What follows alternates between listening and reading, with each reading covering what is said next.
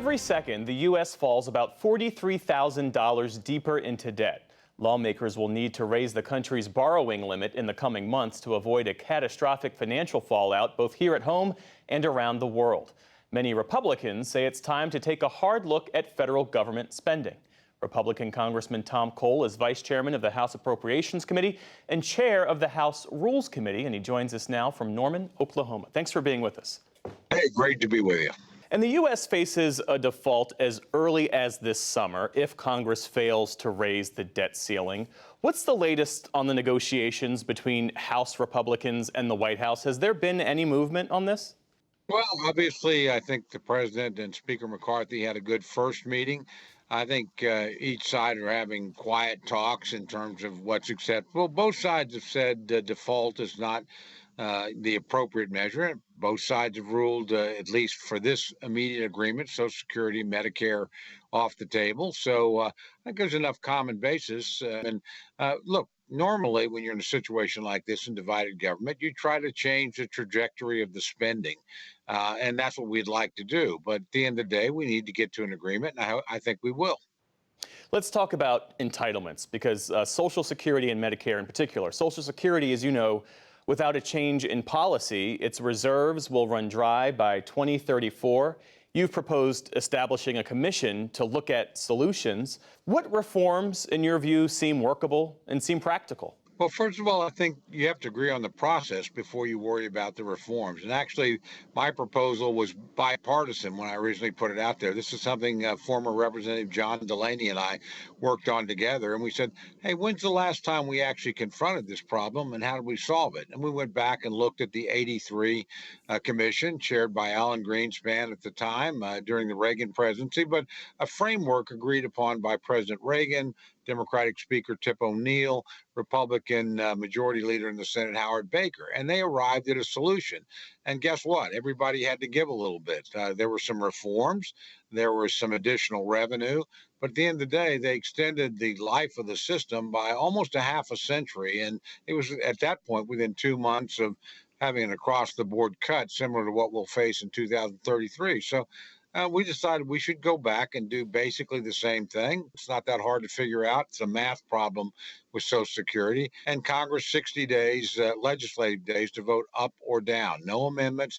Just you either want to save Social Security, you're willing to make some trade-offs, or you're not. So I think that's the way to go. Now, in terms of specifics, personally, I have a lot of different suggestions. I do think we're living longer. Raising the age makes a little bit of sense to me. I do think we ought to look seriously at what countries like Norway do, and that is invest in the private sector. Not all of it, but I think the main idea is to save the system. How about raising taxes? Is that on the table? Sure, revenue would have to be on the table. The last time they did this, they increased the amount of your revenue that was subject to taxation. That doesn't raise the tax, but it increases the tax base, something I noticed Senator Warren suggested recently.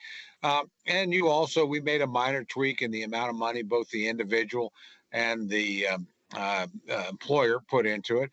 And finally, the last time we did this, we also made part of Social Security, depending on your income level, taxable up to 85%. So, I think revenue is part of it simply because we're living a lot longer. But reforms are part of it, too.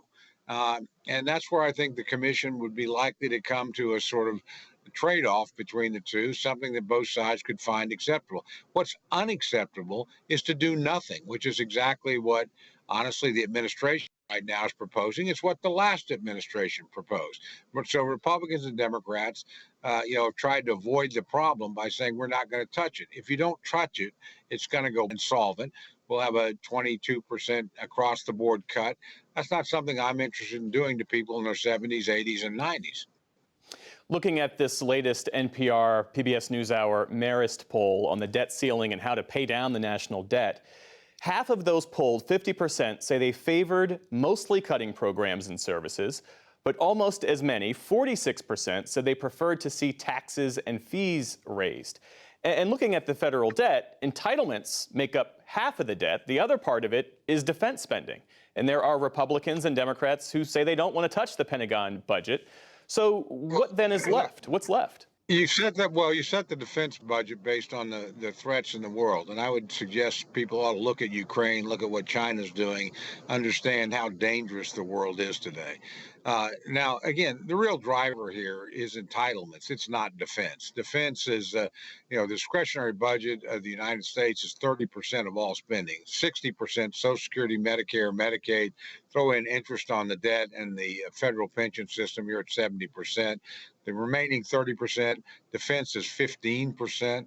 So, our problem is people want to try and balance the budget on either 30% of the spending, including defense, or 15%. That's not doable. You have to look at entitlements, and that's both a revenue and a reform issue in my mind. And you're hoping to get recommendations from this panel within the next year?